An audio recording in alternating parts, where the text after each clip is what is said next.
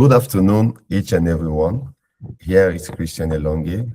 It's a pleasure having each and everyone. Today, we are gathered here to have a conversation around the topic of certification, and more specifically related to the practice of certification for language professionals in Africa.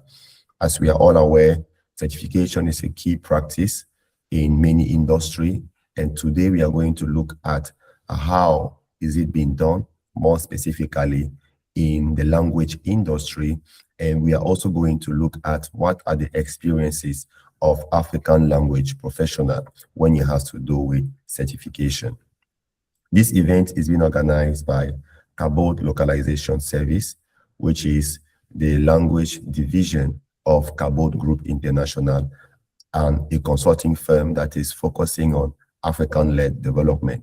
At KLS, which stands for Cabot Localization Service, we are interested in building the language industry in Africa, and we do it mostly through collaboration and participatory approaches with language professionals. In the lens of collaboration, we at the level of KLS have contributed to establish platforms that enhance the professional development of language professionals in Africa, whether they are translators, interpreters, or localization professionals. One of those platforms is the marketplace for African translators and interpreters. A second one is the network of African language translators and teachers. MATI, which is the marketplace for African translators and interpreters, is a marketplace where it is possible as a translator to find job opportunities, to exchange on your practice of translation or interpretation, get feedback on pricing, feedback on clients, and any other aspect that has to do with your work.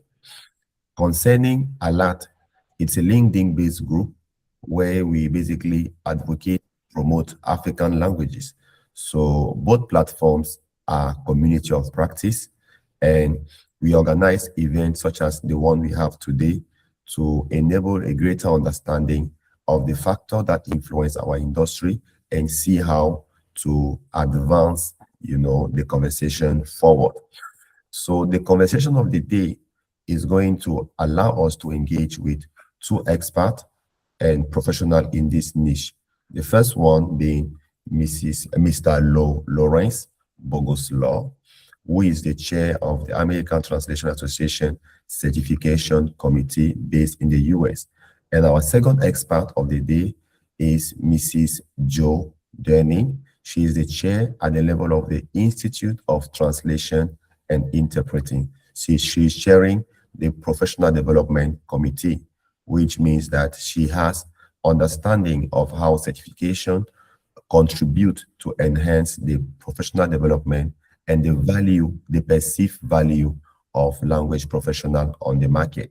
So she's going to share with us experiences that has to do with the UK market and language professional from there, while Mr. Larry will be sharing more on how the practice is being done at the level of the US and whether or how it enhances the value that language professionals are bringing on the table.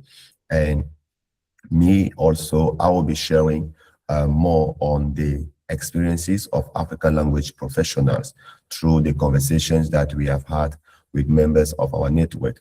Before this session, we had some pre-conversation and some poll where we basically asked them questions.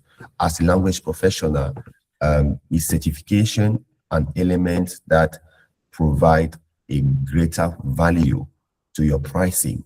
Do you often have clients who are requesting you to provide an evidence of certification before entrusting you with language projects?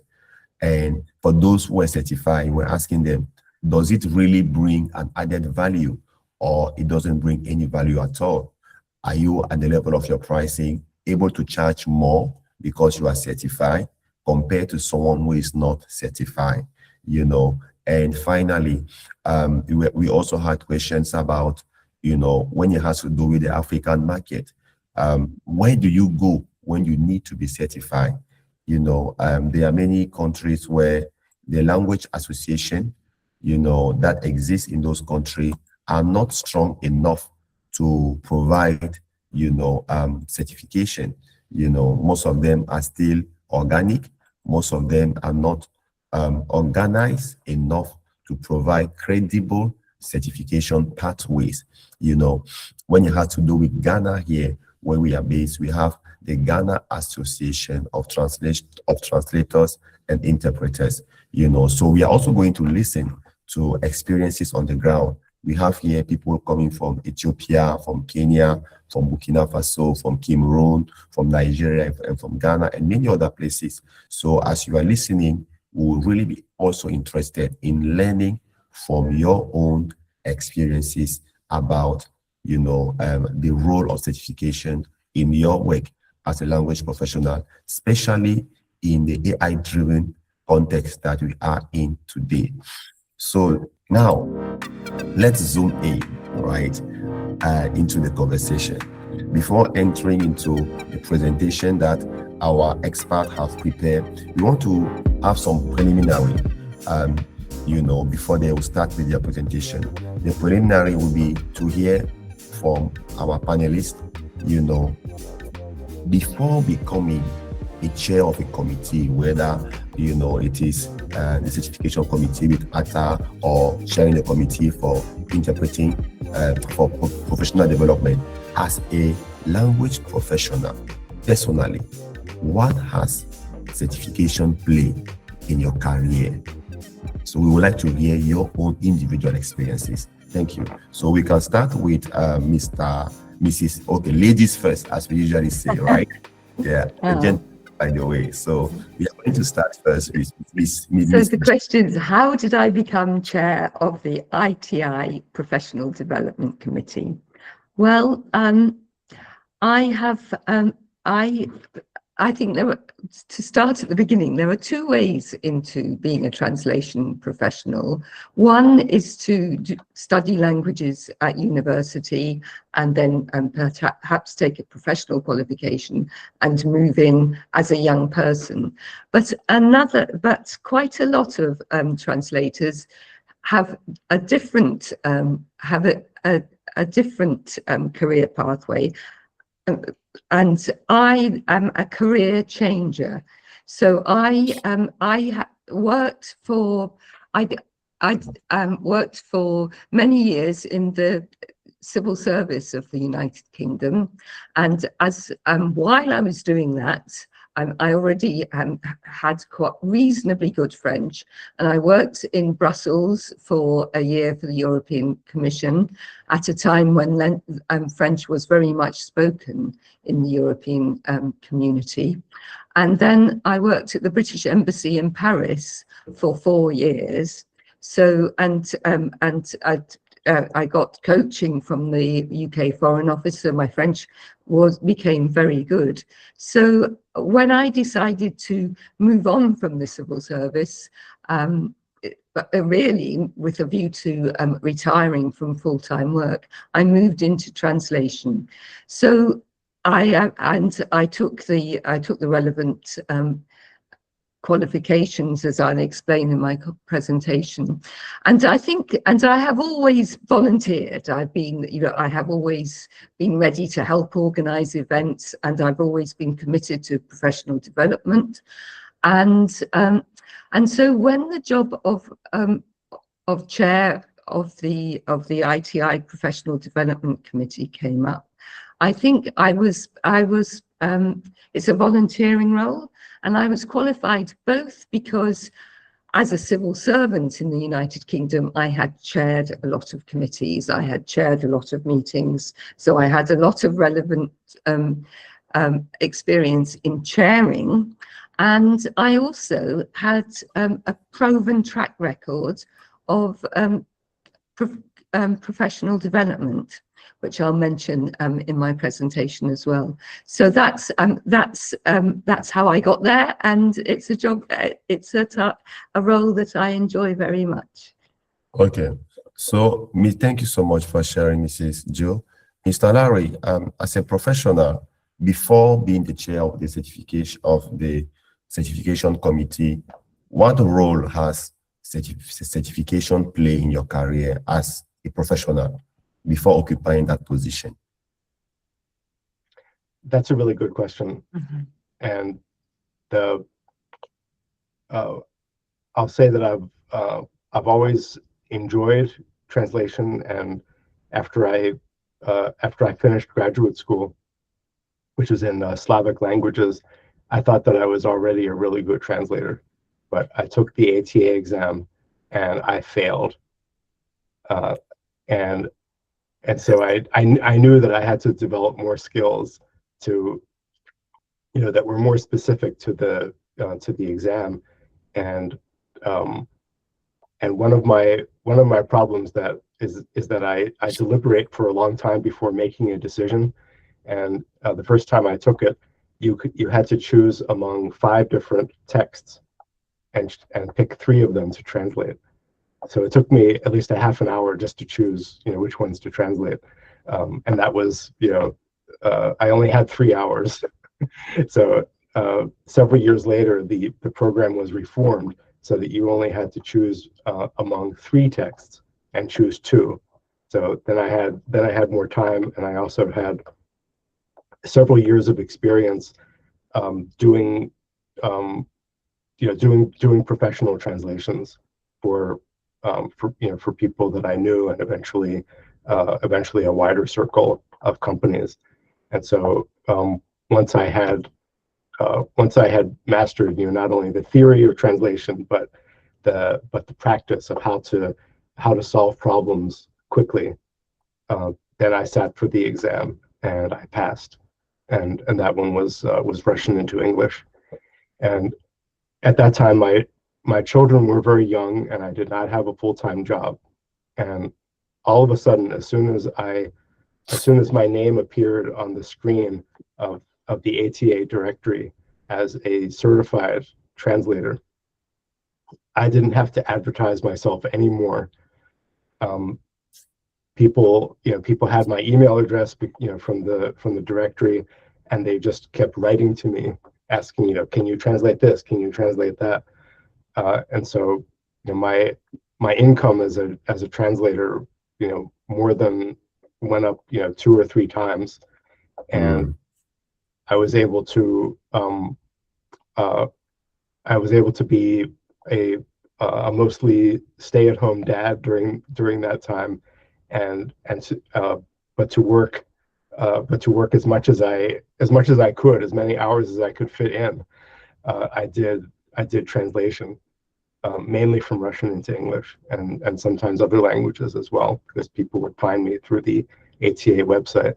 So certification made a huge difference in my profile, and I'm not great at promoting myself, and so it really helped that people would come to me and say, can you do this, and how much do you charge, and so it made a huge difference in my success as a translator. I might not be in the career that I am if I hadn't gotten certified. As I said, academic career was plan A for me, but especially after I got certified, translation was my full-time profession. And today I work as an editor of other people's translations at a company near where I live in Minneapolis, Minnesota, in the USA. As far as, did you also want to know, Christian, about my involvement in committees at ATA? Or was the main question about what difference certification made in my life? Yes. So thank you so much for sharing. So I believe we can clearly see that being certified has, increased your brand, making you to be more marketable and interesting, as a professional to clients. Now, in Africa, the realities are quite a bit different. So before we continue, I would also like to hear from one of the participants, whether it is Mr. Chris Oswald, whether it is Mr. Osimauto, or Ms. Sophie Masso. We would like to hear from you. What has been your experience? We just need one of you what has been your experience with certification as a language professional in Africa? Is it something that clients require from you? And when that is needed, how do you proceed so far? What are the experience at the level of your country? So if we have one or two people who would like to share their experiences so that we can have a contrast as to how the practice is also perceived by language professionals on the continent. So any of those present in the meeting, you can just open your mic and share.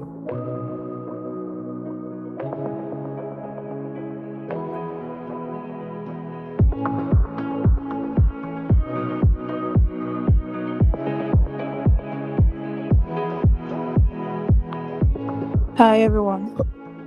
Hello, Sophie. Yeah, we are with you. Okay, nice to meet you all. Thank From you. my,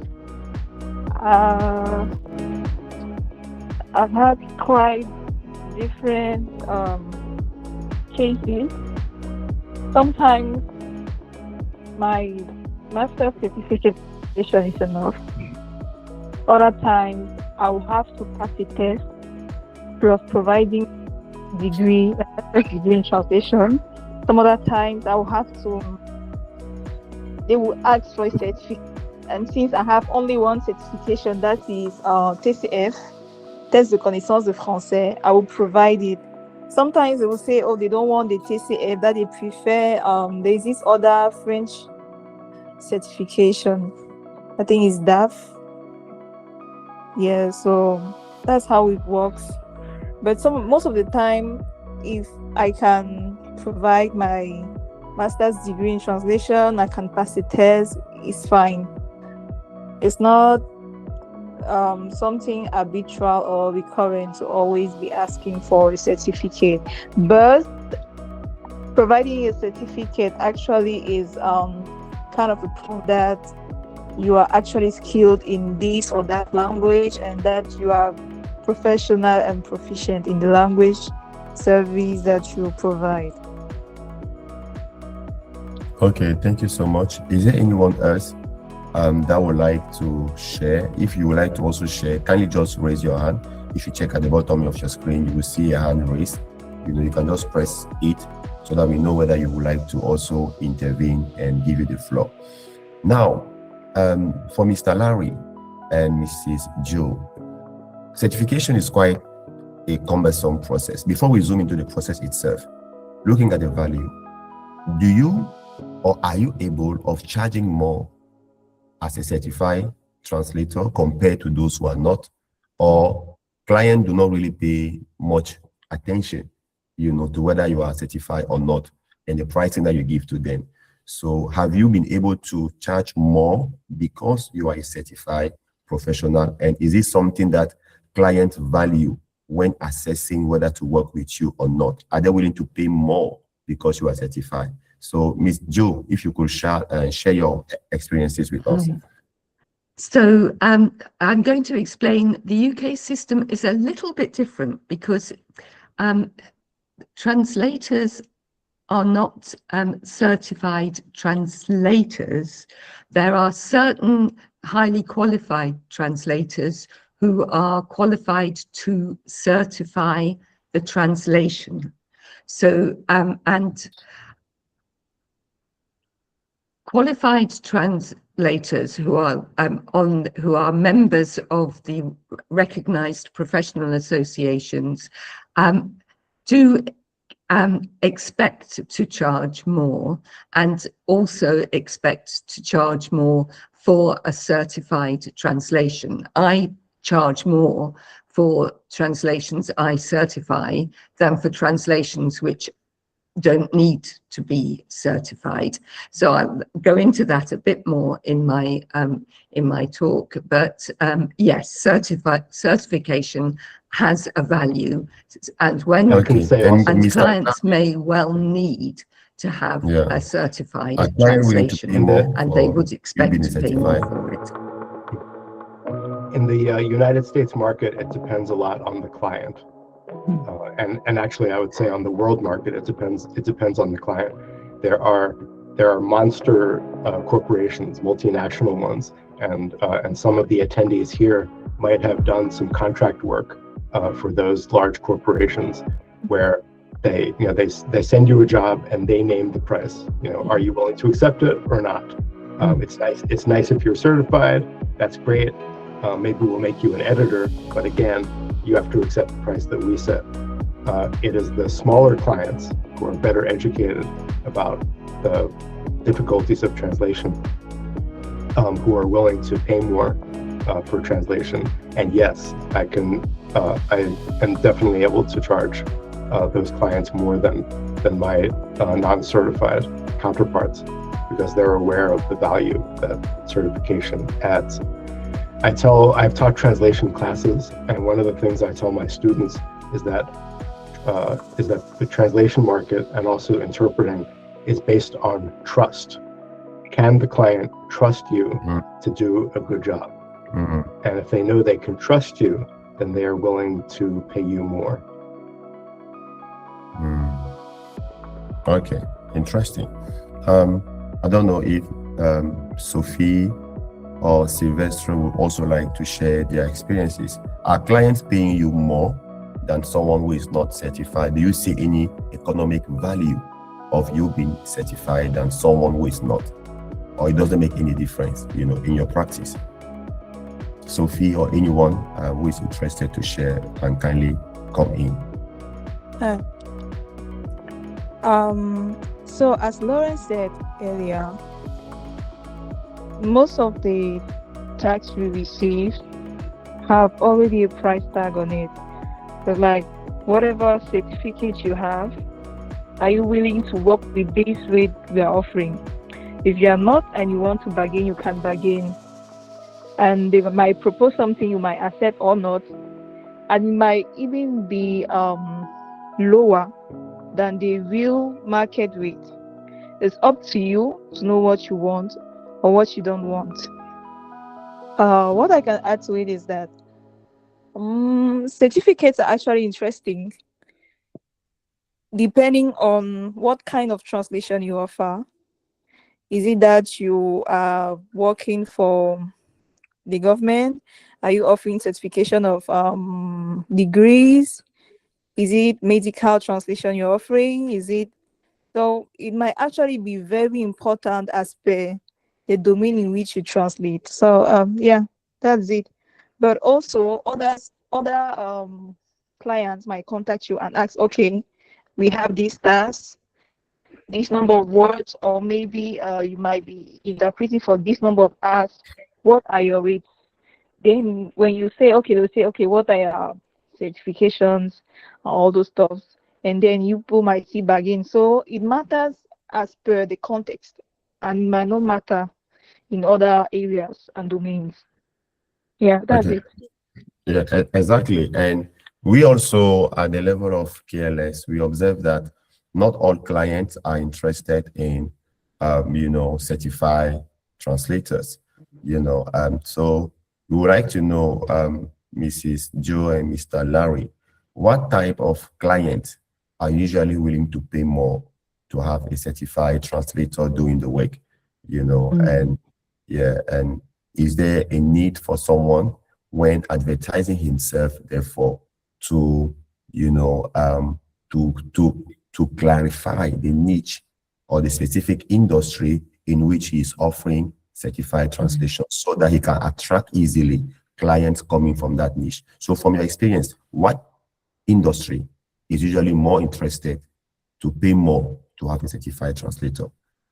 I'm not sure it's about the industry. I think it's more to do with the purpose of the translation, and certainly if a foreign document needs a translation in order to be presented to a public authority in the United Kingdom, they will ask for the translation to be certified. And so the certification is a requirement of the government department. Similarly, universities will often ask applicants for their academic records, either their qualifications, if it's for a higher degree, often their academic transcript from their first degree, and they will require that translation to be certified. Another area where translations need to be certified is for lawyers. Because whether it's going through the criminal courts or it's just a contract, lawyers will want the assurance of a certified translation. More widely, it really depends again on the purpose of a translation, how much clients care about assurance on quality, and the assurance on quality comes from the training and qualifications that are really confirmed by a membership of a professional association. So I would say that in the UK, it's the professional associations and the membership of those associations which lies behind both the specifics of certified translations and the wider assurance required by customers for important translations. Okay. Thank you so much for sharing.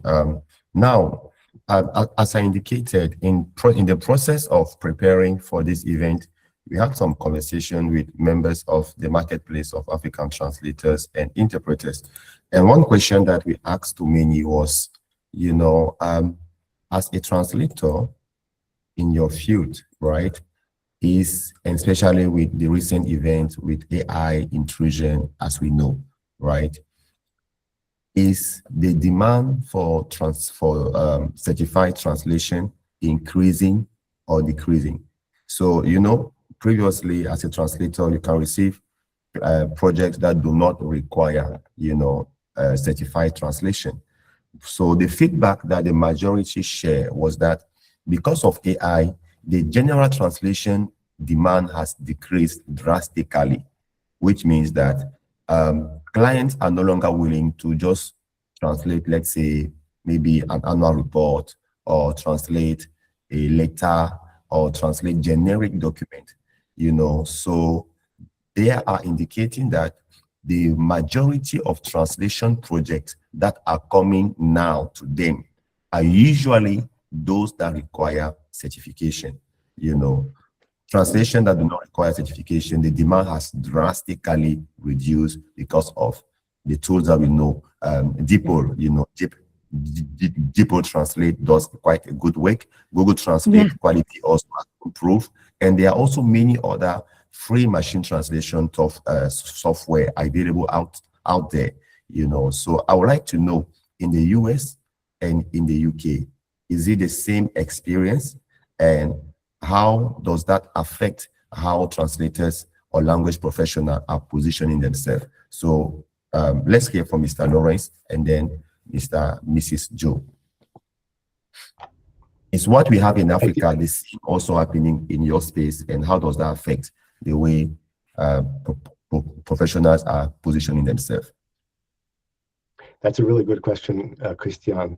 And I can say that in the US, the same trend is happening.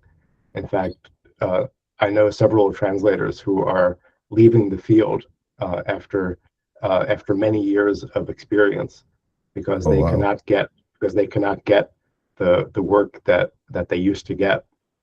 And the work that is more in demand is so-called post-editing of machine translation output. And for that kind of work, certified translators are still preferred in terms of employment. But it's a different kind of work. And so the people who are leaving the field are the ones who are not willing to do that kind of work.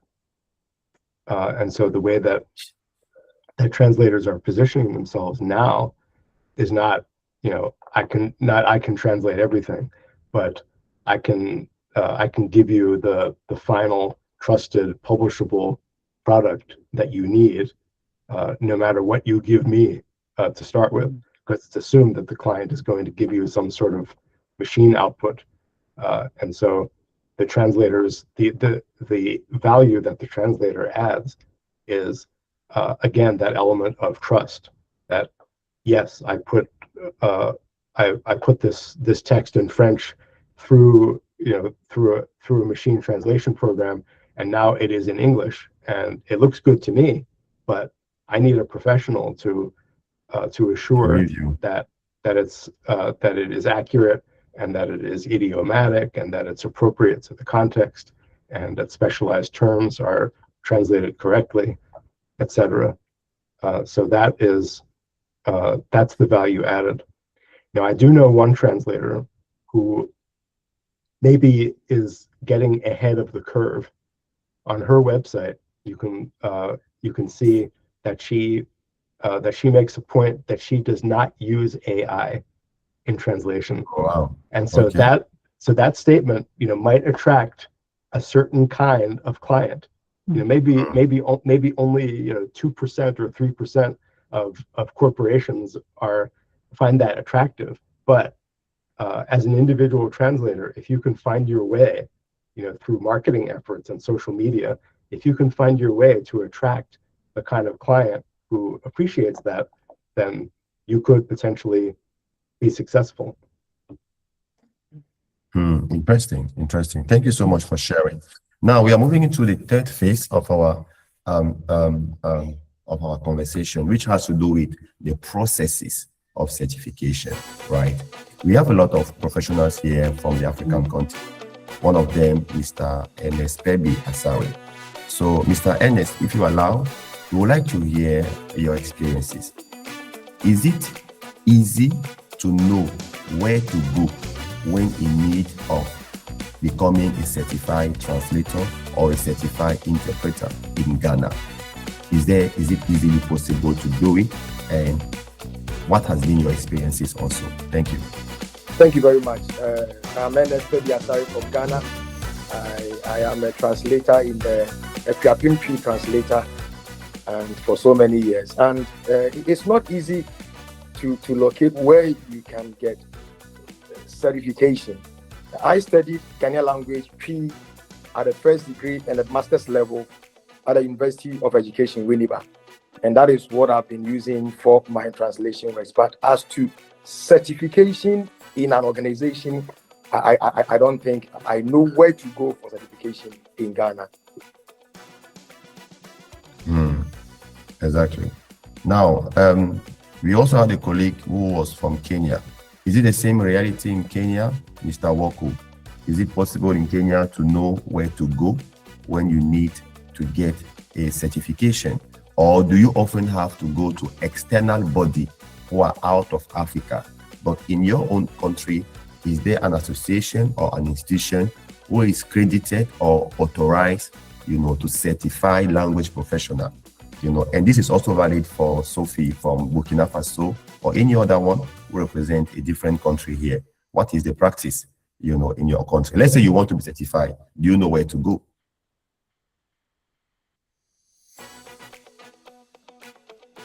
Miss Sophie or Miss Ziblin Abdul or Mr. Omaro? Do you know where to go if you want to be certified?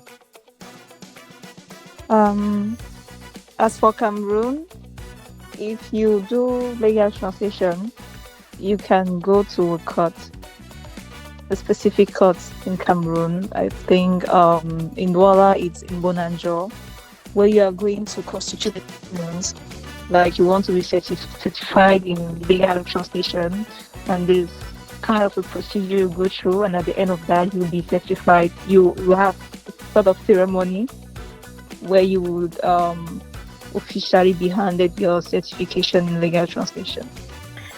And also there is an association in Cameroon known as APTIC. It's kind of an affiliation that proves that, okay, you are actually a renowned, if I can say it like that, or a seasoned translator or interpreter in Cameroon. But I don't really know how how relevant it is when you step out of Cameroon and like confront yourself to the African market, to the European market, to the Asian market, but it's actually kind of relevant here in Cameroon. Okay. And let's hear from someone else from probably a different country. But even still in Ghana, or Mr. Omaro or Mr. Kosi, I know you both as interpreters. Is there a process to be a certified interpreter in Ghana? If someone would like, is it something that you know how to go about it, just to understand the realities on the ground?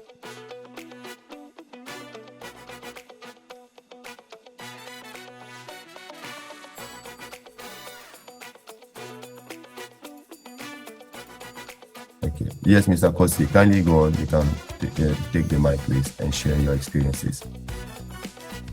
Okay. Hello. Are you able to hear me? Yes, please. We can hear you clearly. Okay. Thank you. Yeah. So me, I used to spend more time in Togo than in Ghana. But basically in Togo here, there is no association where you can go for certification. If you want to have a certification, you need to go abroad. Even most of the time, out of Africa, because I basically do Spanish and Portuguese, and to have those certifications you need to go out of Africa, or sometimes if you have a lot of money you can go to Mozambique if you want to do those certifications. So it's not easy at all. Okay, interesting.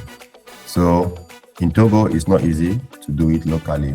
Is there anyone who does not know where to go to become a certified translator or interpreter? Is it the same reality in your country? Anyone else?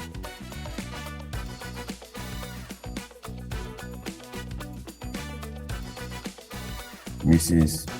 Jenny Mensah or Mrs. Veronica, we would like to share your experiences.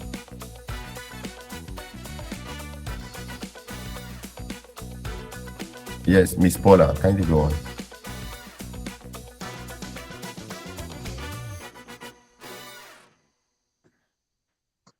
Good afternoon, everyone. Thank you for giving me the floor. I caught the meeting like the train going. So I am going to say something because of my experience. I have been into translation for more than 20 years, but I am not a trained translator.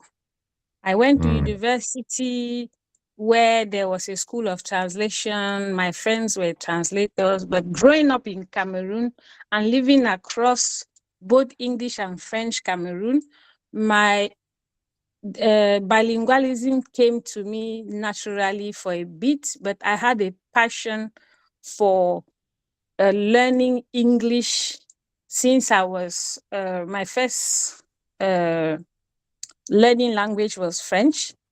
And then eventually I live or grew up in the English Cameroon, attending French schools until high school. So in university, I went into environmental science, governance, and different things. But from university, it was English. I studied in English.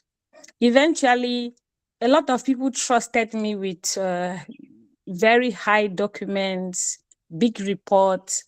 I discovered myself into so much translation, and I thought it was a skill I needed to leverage. And for the past maybe 5 years or so, I have been looking for where to actually get a certification to be a certified translator. And this meeting is like, maybe this is the where I can have an answer for my questions. And I actually met Christian because I was in quest of this certificate or certification. So thank you, everyone. Exactly. And let me indicate that the experience of Ms. Paula is shared by many in the industry. As indicated, we do manage community of practice of language professional, and there are many who are doing the work of translation or interpretation, but who have not been trained. They are doing it because they are proficient or able to speak or write the language, but there is actually nothing that has assessed their level of proficiency and efficiency in the language. So there is that strong interest for, certification to increase or distinguish them on the market from the crowd, So we would like to know, Mr. Lawrence and Mrs. Joe, do you see a regular demand for certification by language professionals who are based in Africa because of this gap that in their own country, there are not enough body who are responsible of doing that? So how frequent do you see people from Africa reaching out for engaging in the certification process that Lawrence, offers? That ATA or ATI offers, yes. I don't know the answer to that. I don't know how many ITI members are from Africa. I know that ITI has members from all over the world, and translating and interpreting between a very, very wide variety of language pairs. But I don't know the answer to that question. I could ask the membership department. They might be able to. They might be able to answer. So I might be able to follow up, Christian, and give you the information later. Okay. But okay, thank you.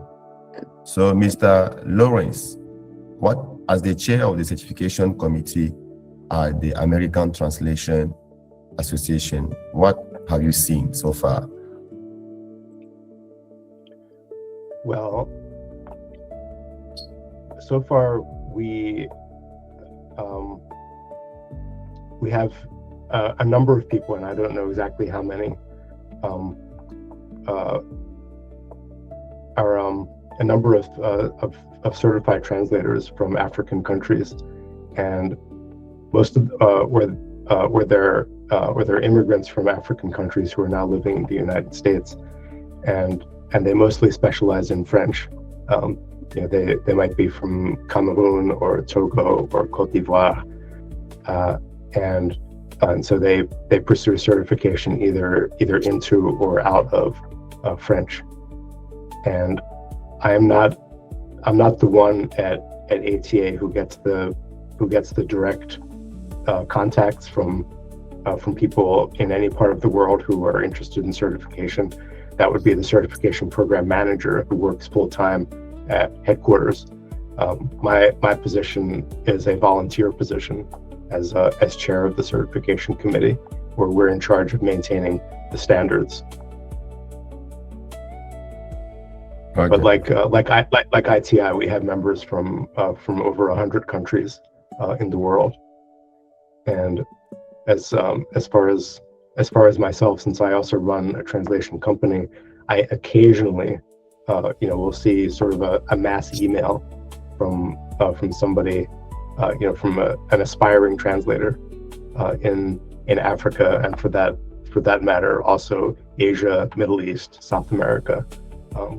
It's a global industry now, and so the enterprising people, like I'm sure most of you are, the people attending here are advertising for jobs, anywhere in the world that they can find them.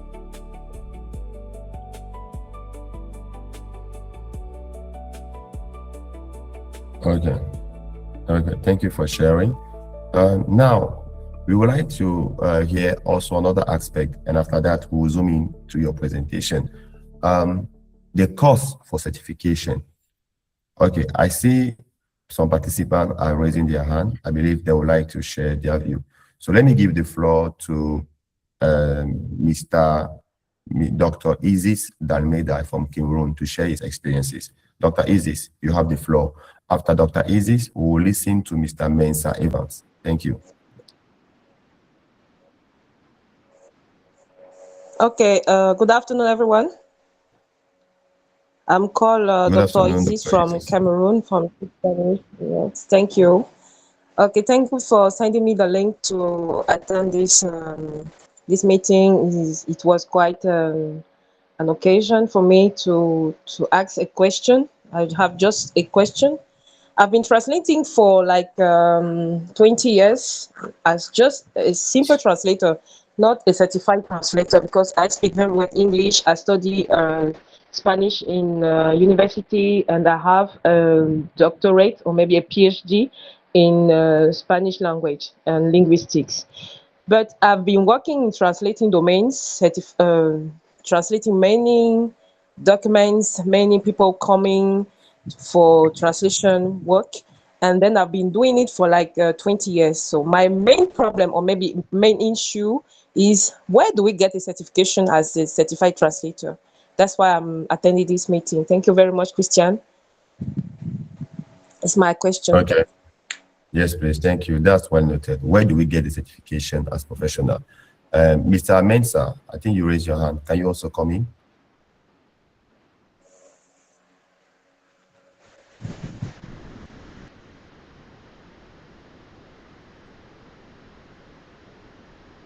Mr. Mensa, can you hear us? I noticed you raised your hand. Okay. So I believe. Okay.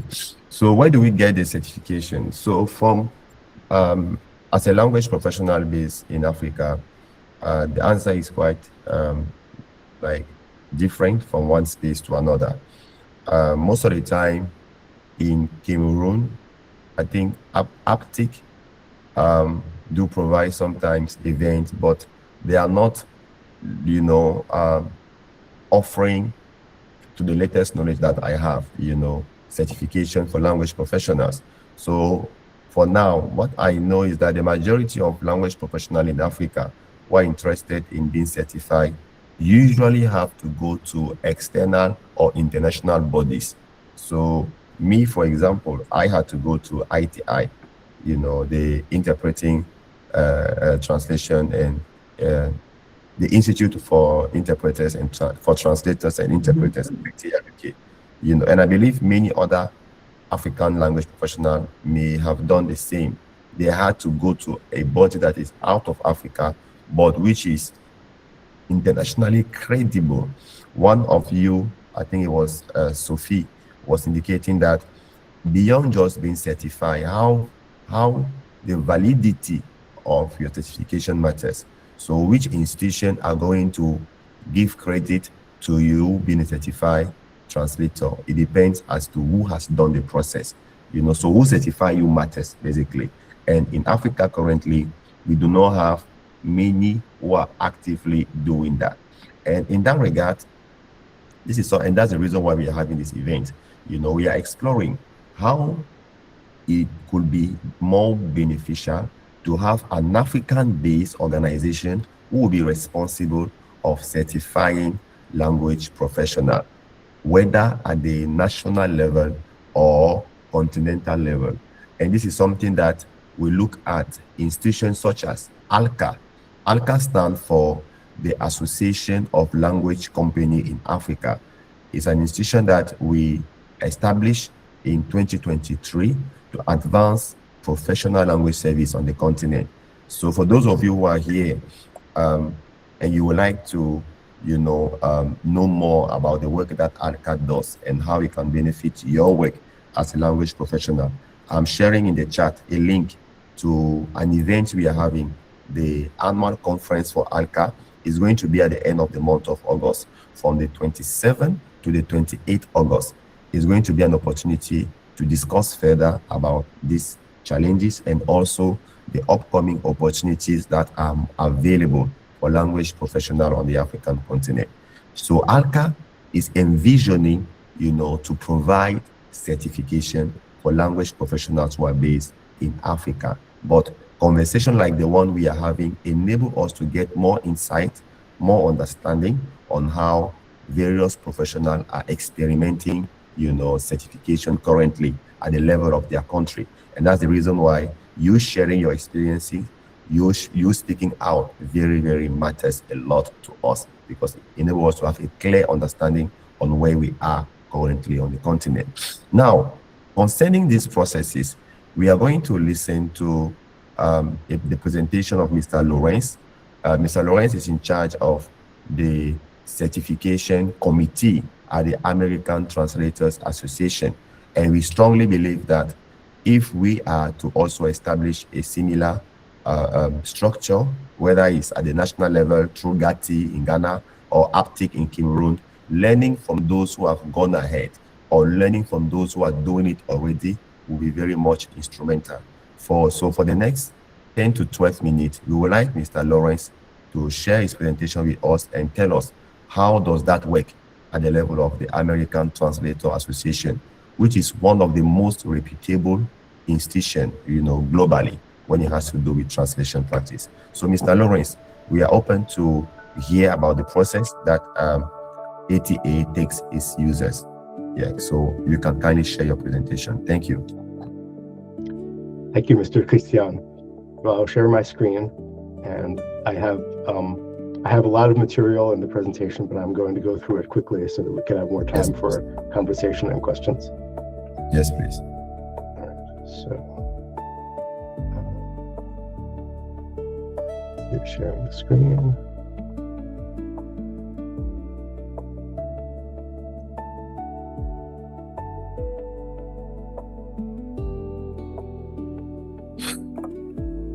Yes, we can see your screen, please.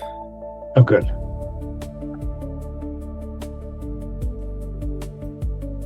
Okay, so I've already told you a few things about myself, so I don't need to dwell on that. I was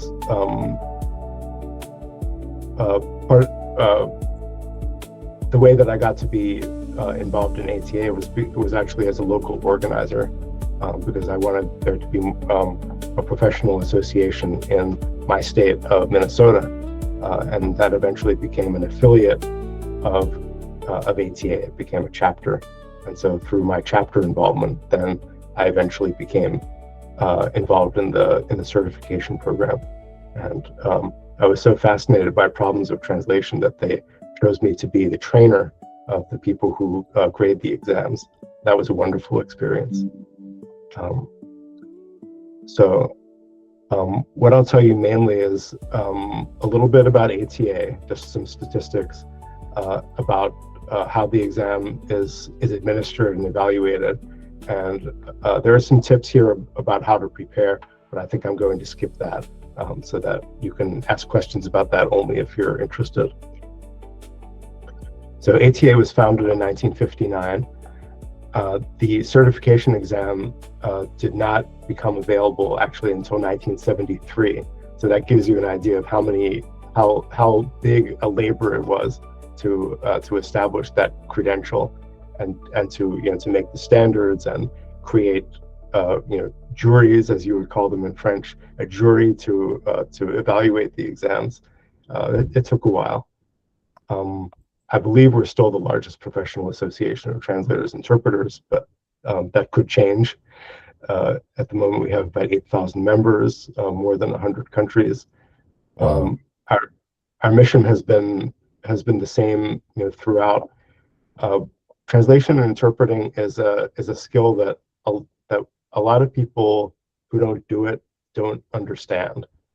Even people who are multilingual don't always understand the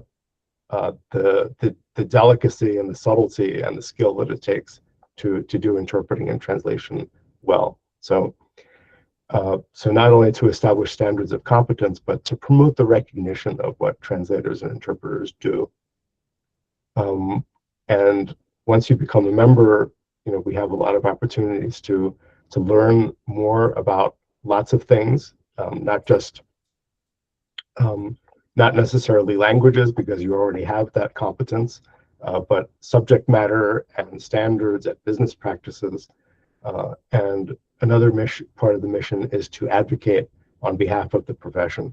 So, for example, if there's a state in the United States that is requiring interpreters and translators to to do a certain thing that we feel is unjust, and we have an advocacy committee that that meets with legislatures or does presentations to raise awareness about that. And the exam itself, has anybody in the among our participants today taken an ATA exam?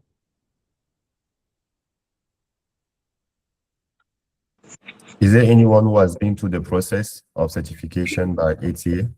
No. No. Okay, so it's we're increasing the language combinations all the time. There are still thousands of languages in the world that will never be ATA certified, either because they're not written languages or because there are not enough speakers of them to to advocate to create that language combination, and probably many of you have competence in languages perhaps that are spoken in your community or languages that are your mother tongue. So many of those are not going to be ATA certified, but I can hear from the way people are speaking that you're very competent in English and probably French and several other languages as well. An important aspect of the exam is that you have to become a member in order to take the exam, and we periodically have debates within ATA about whether that requirement should be changed, and and whether anybody should be able to take the exam. And for various reasons, it is still open only to members. However, there is a practice test for the ATA exam, which anybody can sign up for. All you have to do is go to the ATA website, and that's ATANet, ATANET.org. I told you about this benefit of certification before. Once you're in the ATA directory, well, just being in the ATA directory gives you an advantage over many other translators. The fact that you are investing in yourself to be part of the association, whether you're certified or not. And the majority of our members are not certified, even though they may have attempted some certification exam in the past. So already being in the directory is an added value. But once you become certified, then clients can filter their search to look for ATA certified members only, and typically those are only a fraction of the people out there. So it gives you more visibility. So there's the place in the website where clients can filter who are only members certified in this language pair. By the way, we certify only in one language direction. So let's say that you are fluent in both French and English. For each, for any time you choose to sit for the exam, you choose, I'm going to translate from English into French, or I'll translate from French into English. It's not like an interpreting exam where you get to do both directions.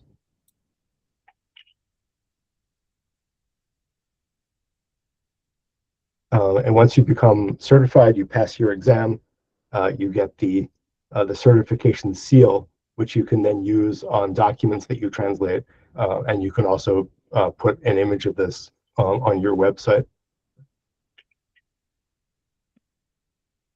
So the exam format, as I mentioned, you have only 3 hours to take it.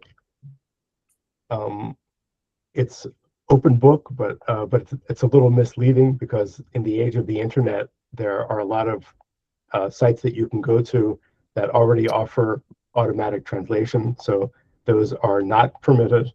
It's mostly print resources that are permitted. There is an allow list, for each language pair. So the people who proctor, they're professional proctors of the exams, and they know which sites are prohibited and which ones are allowed. So they watch you to make sure that you don't go to to some automated translation site. And since 2021, during the pandemic, there was a lot of pressure to develop an online exam.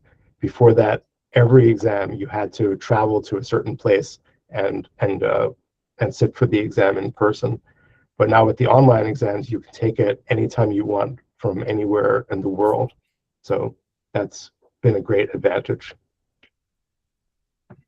But whether it's online or not, there are live proctors, who are watching your screen as you go through, and the online ones are recorded. So occasionally, our certification manager has to review an exam if there's some complaint about it.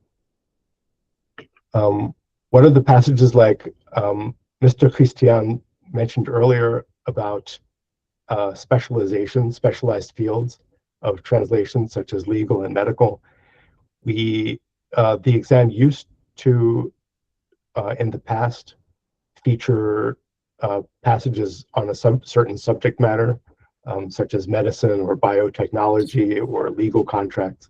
But we have decided since then that what the exam is really testing is translation skills, not knowledge of certain subject matter. So the passages are general subject matter, the sort of thing that you would read about in a newspaper or magazine for educated people. So, for example, I had a chance to review some of the previous Afrolinguals magazine, which is very well written in English. That could be, that level of complexity, could be appropriate for an ATA exam. So no specialized knowledge is needed. It's really the skills in being able to understand an author's point of view and argument structure well enough to convey the nuances of that in a second language. And each passage includes translation instructions, so you have an idea of what audience and purpose you're translating it for.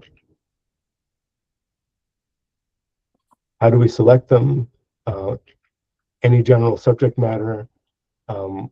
We have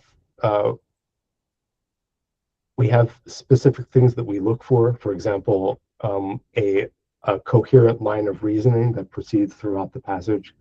That's part of the examination process. All exam passages are such that they can be published or used professionally. So you don't have lists of medical symptoms or personal letters, etc., which have their own challenges actually. And they're selected to present challenges at the word level, vocabulary, idioms, as well as complex sentence structure. So what skills are being tested? Number one, you have to understand the source language, whether it's English, French, Spanish, 100%, so that you can make decisions about translating it properly. So how well does the candidate understand the author's intent? Proficiency in the target language. If you're writing in French, for example, you have to know where all the accent marks go. You know how to punctuate as opposed to punctuating in English.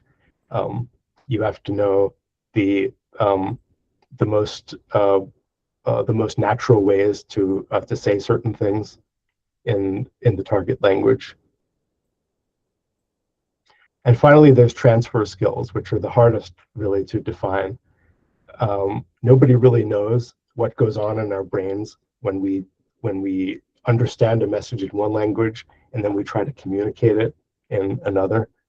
But there's certain evidence of how well you are transferring the meaning of the text. So it has to be complete, it has to be accurate, and it also has to sound natural in the target language.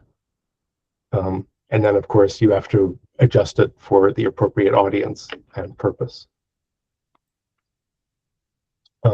Things that are not tested, there are some challenges of terminology, but it's not a vocabulary drill.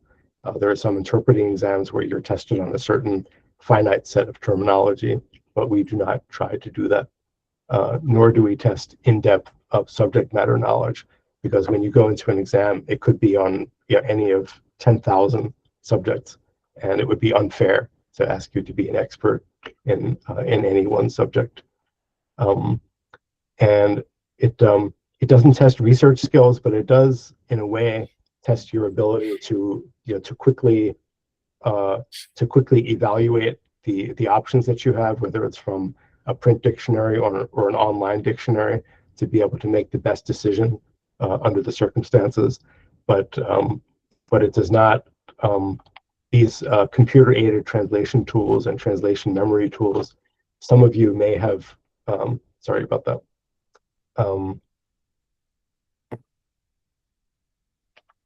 Didn't need to do that. Get back. Okay. Some of you may have used computer-aided translation tools in your professional practice, but you do not use those tools on the exam, so you're not being tested on those.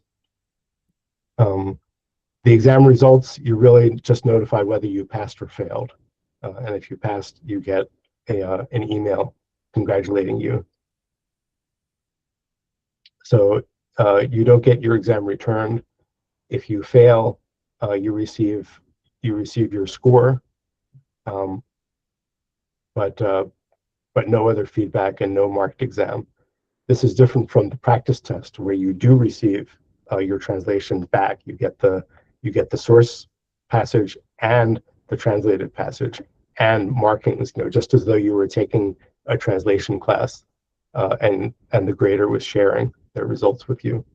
So people do grade these things very carefully, but in order to protect passage security and make sure that that having received your exam back, you don't broadcast it all over the internet, we have to protect the security of our exam passages so people don't see them in advance. Failing results can be reviewed under some conditions, and I'll get to that if we have time today, but I understand if we can't. There are technicalities about grading the exam. I'm not going to go into great detail about this, but each exam is evaluated independently by two graders who do not confer during that process.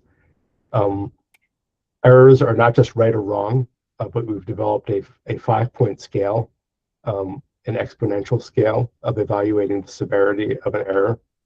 You can still pass your exam even if you get a 16-point error, but you're only allowed one other error in the whole exam. So the passing score is 17 or less in terms of errors. And we've seen exams with many, many more errors than that. They can go up well beyond 100.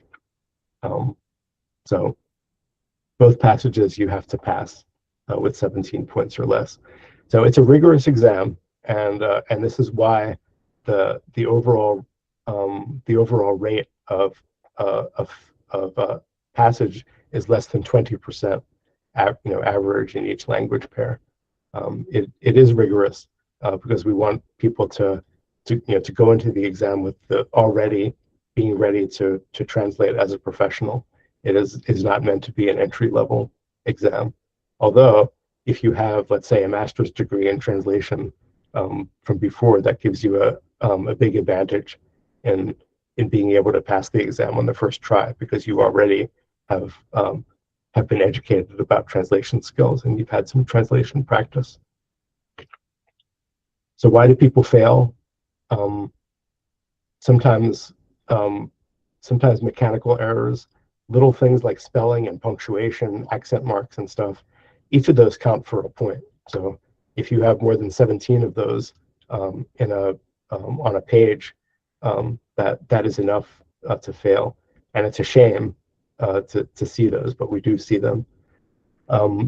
Sometimes transfer errors, which are a combination of comprehending the source language plus being able to write most naturally and unambiguously in the target language, they don't always add up to an accurate translation. Sometimes people try to be either too creative, or they're very nervous and they say, well, I have to put this in exactly the word order that I saw it in English or in French, and sometimes that results in inaccuracy.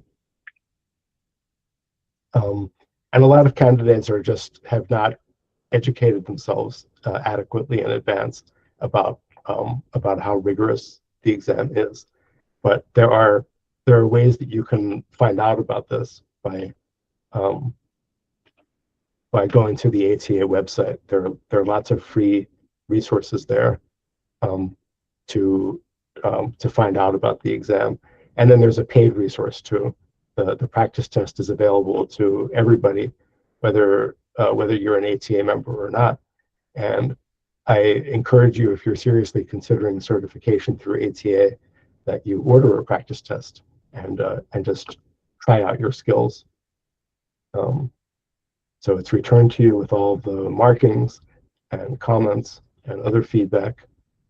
I won't go into great detail about how the exam is administered, but as I said before, it used to be only in person, and it used to be organized by local groups.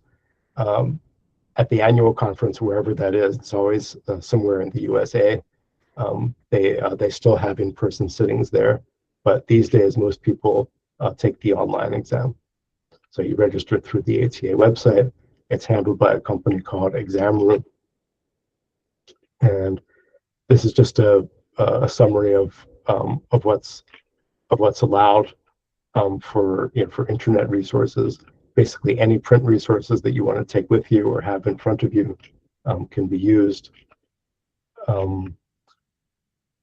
Improving your chances, as I said, study the ATA website, know the rules, prepare in advance, and practice. And most of you have done these things, and most of you have done the practice part already. Exactly. It's just a matter of knowing the particular skills that ATA is testing, and the nature of the exam. Yes, please.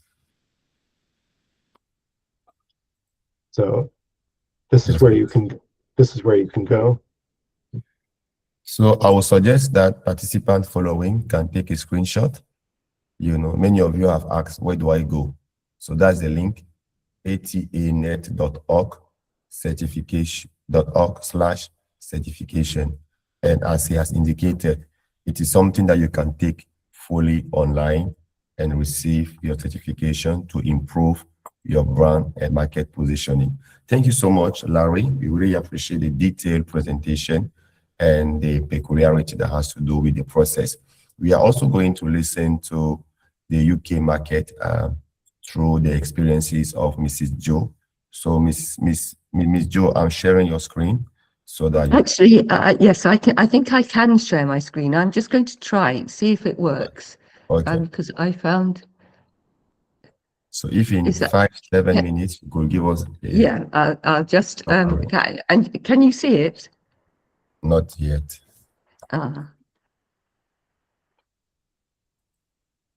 It's oh well, perhaps you'll have to do it for me then, Christian, because I don't think I've worked out the okay, so let me I've worked out how to do it. But if not, I can just talk to you about I can just talk you through the slides that. Yes, please, kindly go on.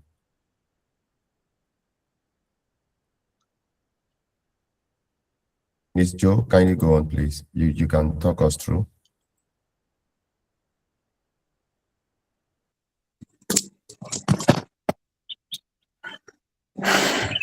Her line dropped.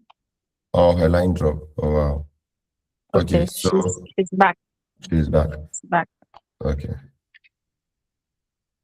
These are the peculiarity of online meetings. So let's kindly bear with us. So we are going to share the link for those of you who are interested in being certified by the American Translator Association. So yes, so sorry I'm sorry about my technical problem. Thank you for sharing my slides, Christian. I wanted to start by going through my through those.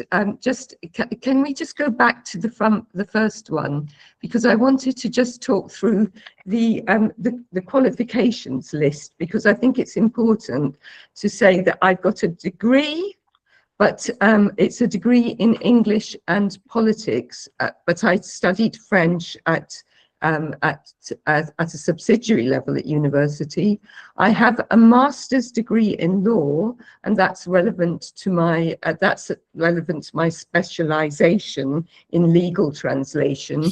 And I have a diploma in translation.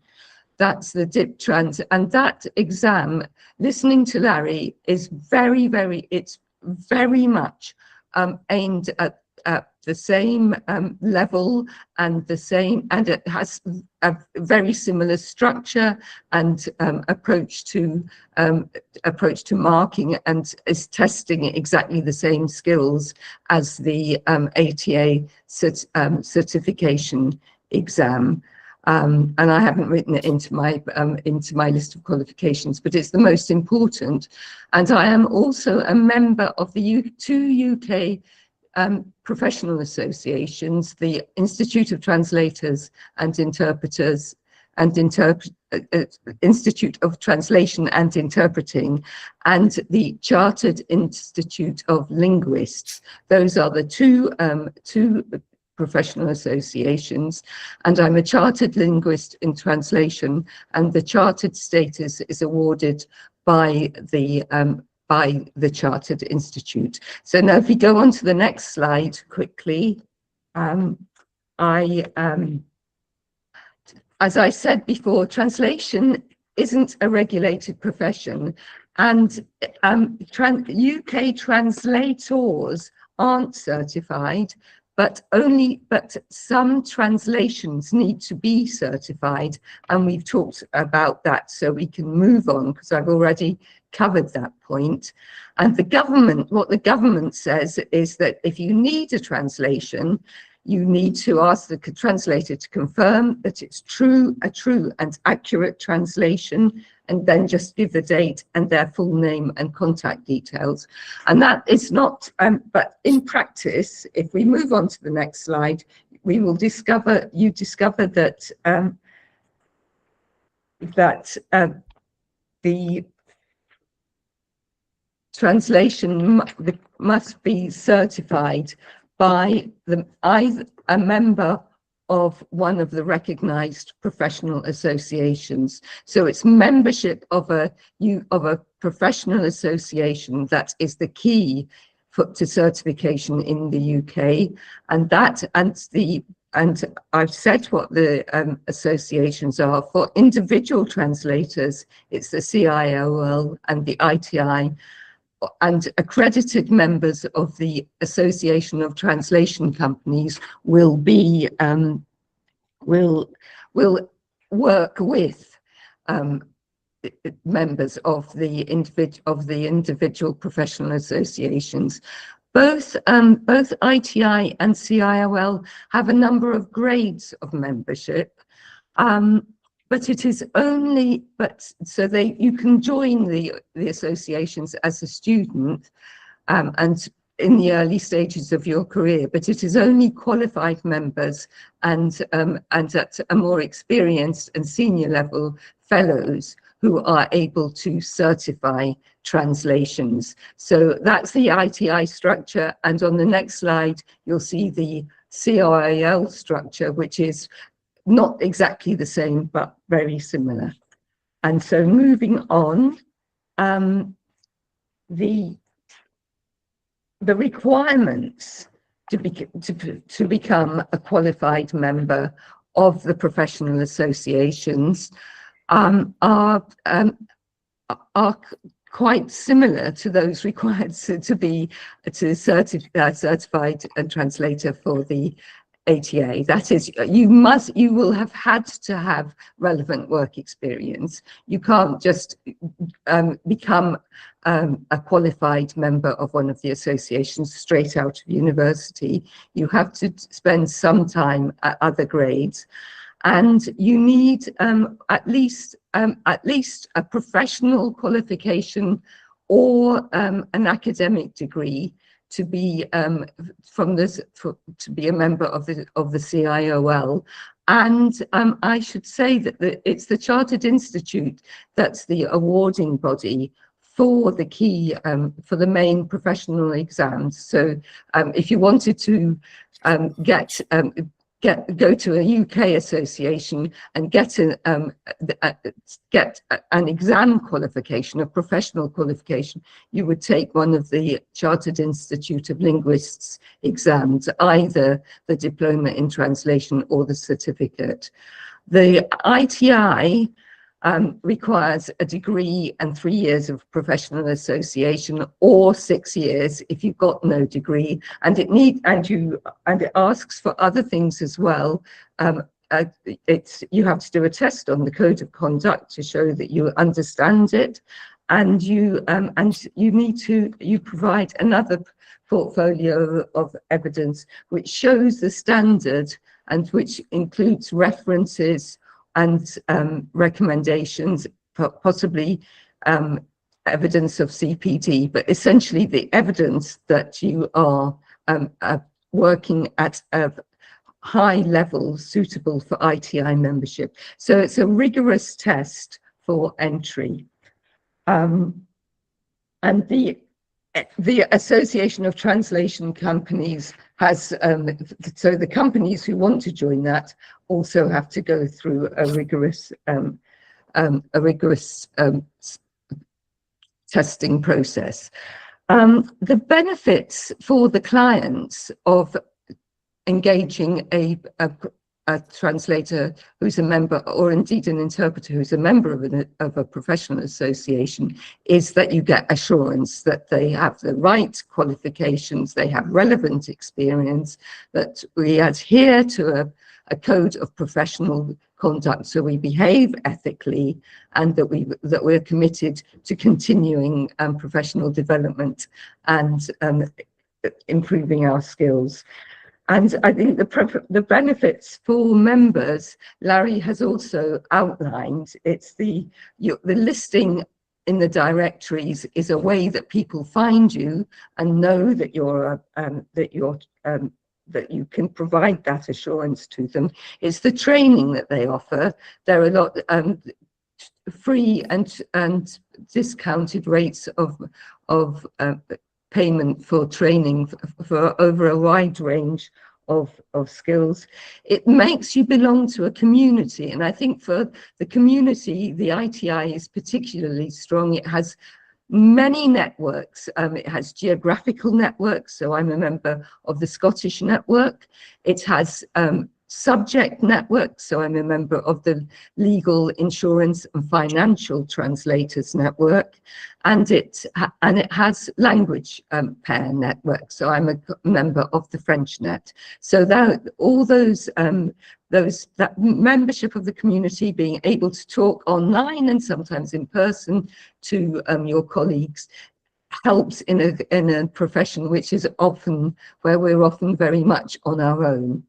And finally, as Larry said, there's a thing, they offer a voice, and they often join together those three associations when they need to talk to government, to talk to universities, to talk about standards and promote the promote the profession and its value. And I put up, I think the last slide was just an example of my certificate, so that you can see that I've got all my qualifications. I've got the stamps of the professional associations. I've got the language required by the government, that it's an accurate translation, the date that I translated it, and that I am qualified to do it. And it has links to the directories so that people can see that I am indeed a member of the associations that I claim to be. So that was a very quick whiz through that presentation, but I hope it's given you some idea. So any questions? Yeah, thank you so much. Thank you so much, Joe, for sharing. I really enjoy it. I believe you too, right? And, looking at chartered linguists, should be celebrated as much as we also speak about chartered bankers, because usually people are more familiar with hearing things like, oh, I'm a chartered accountant, I'm a chartered, banker, but we also have chartered linguists. people who are Yeah, and it is certified. exactly to make the point that the sorts of skills and the level of work is similar to a chartered accountant or to an architect or any of the other professions which are chartered. Exactly. And this can only change if we in the industry, we value the work we do. Come and see how accountant can charge high pricing just because they are chartered. And many of them go through in Ghana here, the Chartered Institute of Ghana, they go through a lot of stress just to get the certification because they know that as soon as they have it, their value will change on the market. But it has to do with how we individually promote what we do, how we individually are proud. It is great. I always believe that it is great time for language professional, translators, interpreters, voiceover to be proud of the work they do, to be proud of the industry we are in, because if we do not celebrate ourselves, nobody will do it for us, So come on. Be proud of what you are doing. Be proud of being an expert of languages. Be proud of being a translator. You are reading two different words. You are enabling understanding between people or culture who may not have been able to do so without your presence. But unless we are able to boldly promote, advocate what we do, our clients will not follow. So it is high time, as we are closing this event, that we value the work that we do, and certification is one way of doing that. Now, at the level of Africa, as I indicated, we have various platforms that we have put in place to facilitate, certification. I believe I share in the group the link to ALCA, right? ALCA is the Association of Language Company in Africa. And also in this broader scope of increasing the value of language professional. And, it's important not just to address certification as a single entity. Certification is a way of showing your value, but people will not understand your value if they don't know what you do. That's the reason why we also have a Afrolingual magazine. Through the Afrolingual magazine, we basically, allow translators, interpreters like you to share their story, to share their experiences. I'm telling you, many clients sometimes think that interpretation just needs someone who can speak the two languages, but they don't understand, the cognitive effort that it takes to listen from one language and to share it simultaneously in the other languages, and we must share our story, we must tell our story, and the Afrolingual magazine is there for that purpose. So if you are here listening to us, you can go on the website. I'm going to share the link. We have 3 issues of the magazine that have been published already. We publish 1 per year. Go and read the stories that have been made so far. We have 1 issue that focus on, I'm opening it now, that focus on, the visibility in the language industry. There are platforms that you must be part of. I shared a link earlier to join Mati or Alat. You must be part of those platforms to know what's going on in the industry and know how to take advantage of existing opportunity. We have also had an issue that focused on women. The second issue, women in the industry. They are wonderful women who are doing an amazing work. One of them is Adi Koulibaly, right? She's a co-founder of ALCA, and she is also behind the African Language Conference, right, which is being organized. The last edition was being organized here, and there are many other champions. On the technology aspect, you see there's this whom you see on the picture, Mr. Wusi. He's from South Africa, and he's doing a lot to ensure that African language are included in the digital space, right? So a lot is going on. Don't sit on the fences. Start participating, share your story, write articles about the work that you do, your experiences with clients, whether they are positive or frustrating experience. People need to know them. So I'm sharing a link on the chat, which you can, save. If you would like to share a blog, if you would like to share an article about your experiences or anything that has to do with your work, kindly reach out to us there, and we'll be glad to publish the work that you do. Now, let me also share the work that the conference that is upcoming, the ALCA annual conference, right?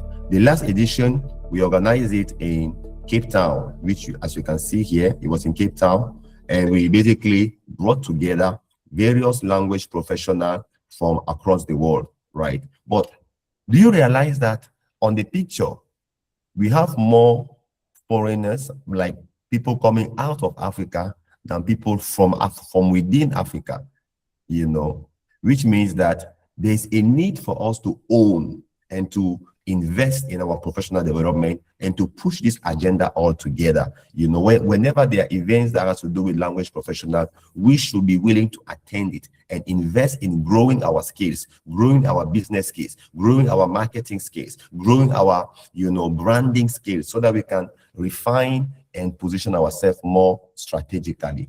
So the next conference is going to happen here in Accra in just less than a month. It's going to be from the 27th to the 28th August. For those of you in Accra here, it's going to be at the AH Hotel at East Legon. So I will invite you, make time to join us.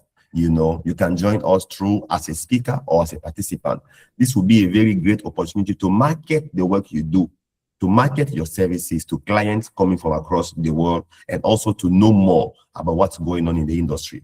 Do you realize that some months ago, I met with a student of Ghana, like, you know, the University of Ghana, who told me that it is because of the work that we do that he was encouraged to continue in his work, in his study as a translator. He already got discouraged, you know, that translation has no future and all of that. But by reading the articles that we have been publishing, the news that we are sharing across the internet, he got encouraged to know that you can do a degree in translation without being a translator.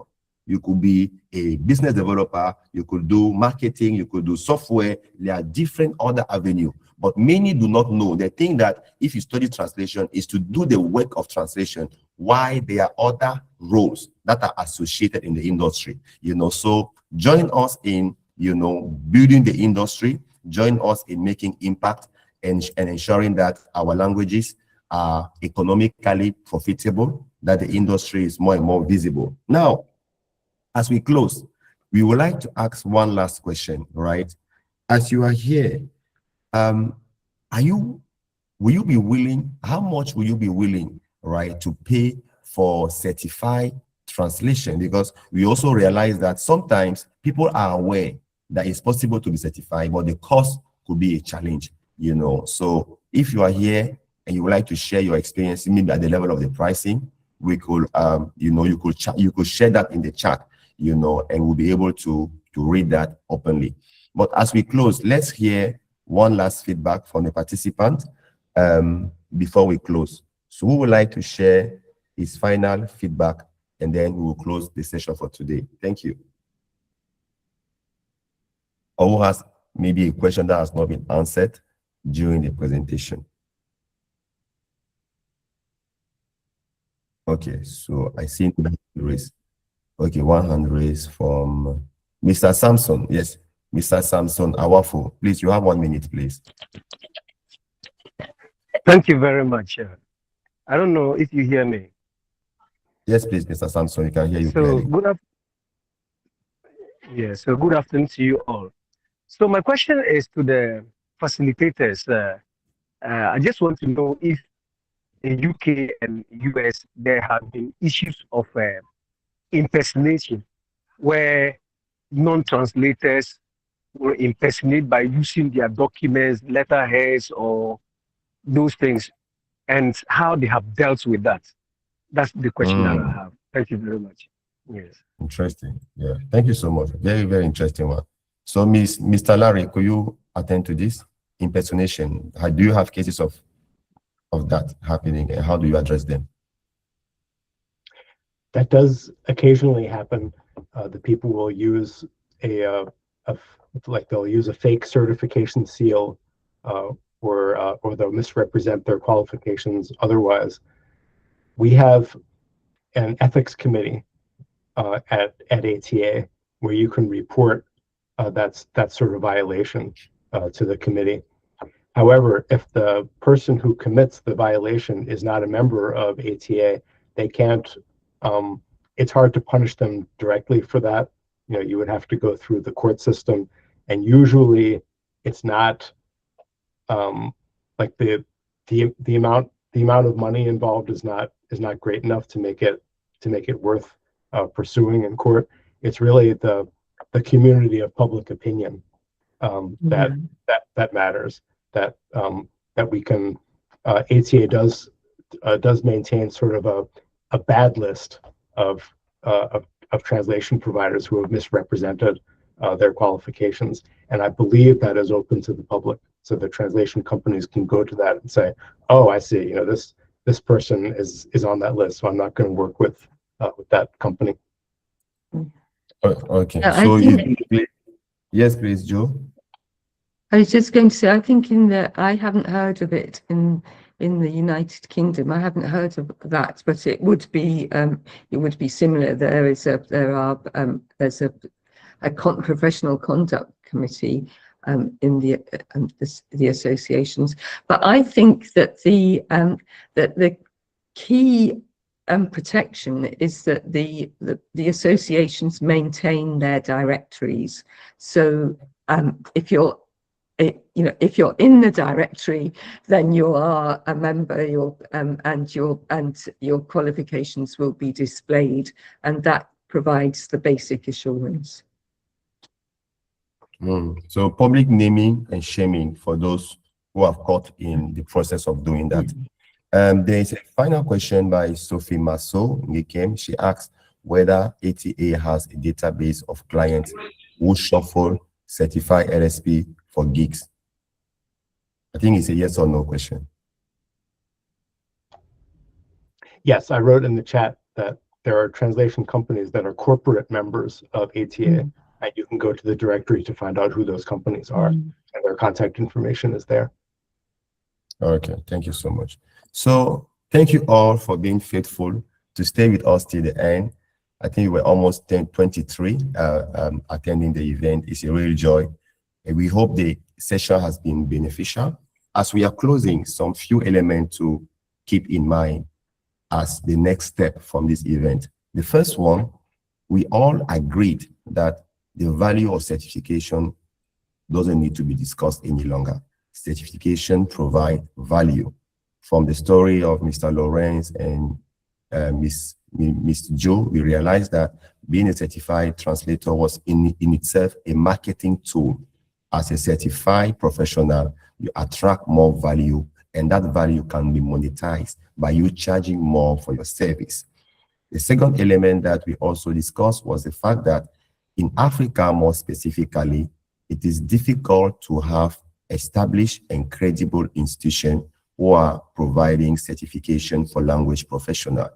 In as much as for those who are in the law or legal field, the court system provides certification for them, but for the other sector, it is quite difficult evolving in Africa to have certified, certification being done.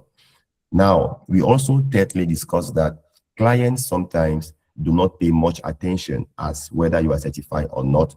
They give more attention to the pricing of your services. Pricing usually can influence their willingness to patronize your services.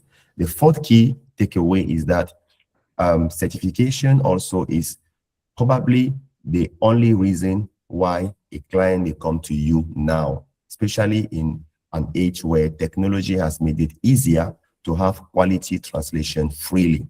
So many clients are now using free software like Depot Translator, Google Translate, and other platforms for general purposes.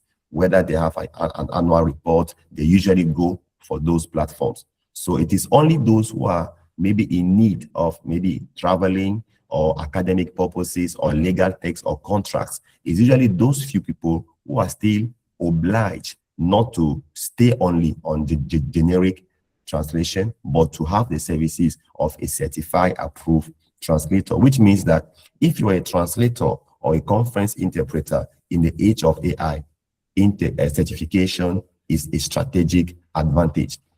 The last element that we discussed was the process for certification. And as we were able to learn through the story of and through the presentation of Mr. Lawrence and also the presentation of Mrs. Joe, there is a rigorous process to be certified. And even though it may be rigorous, when you take the pain, if I can put it that way, to go through that process, there is a lot of gain that you get at the end, you know. So there is no pain, there is no gain without pain. So rejoice and decide to take certification as your next step of professionalizing yourself, you know, as a language, you know, a worker, you know. And the American Translation Association can do it currently. ITI can do it. The Chartered Institute of Linguists can do it, and they can do it remotely. So you can go online, check what they do, reach out, and go through the process to get your certification. At the level of ALCA, when we are going to have all the requirements in place to also offer it, you know, with credible processes for language professional in Africa, you are surely going to be informed of that. We have your details. Some of you are sharing your email. So if you are here and you would like to receive the presentation, kindly share your email in the chat box. We will be sharing those presentations with you so that you can go through it in your own time. So that's basically the outcome of this event. Kindly expect to hear from us. If you are also interested in sharing your story as a language professional, you can write to us to info@Cabot Group, sharing any practitioner-based experience that you have in the industry, and we'll be glad to share your story as a blog on Afrolingual. If you are also here and you want to speak or engage further with language professional, the annual conference of ALCA, which is upcoming, will be a very great opportunity for you to take advantage of. I'm sharing finally a link to a link tree, which has the details on how to engage with Cabot, right? You can engage with us through our social media platform. We have a Christian translation and literacy agency. You can engage by this. We also have a podcast. So if you are here and you are doing a technology tool that make it easier to use African languages, we can have a podcast with you.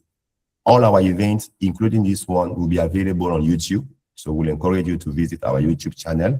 We have a LinkedIn group of African language translators, right? The link to have access to it, I just shared in the chat. You know, we have the network of African language translators and teachers where you can also connect with other language professionals. So that's all that we had prepared for you today.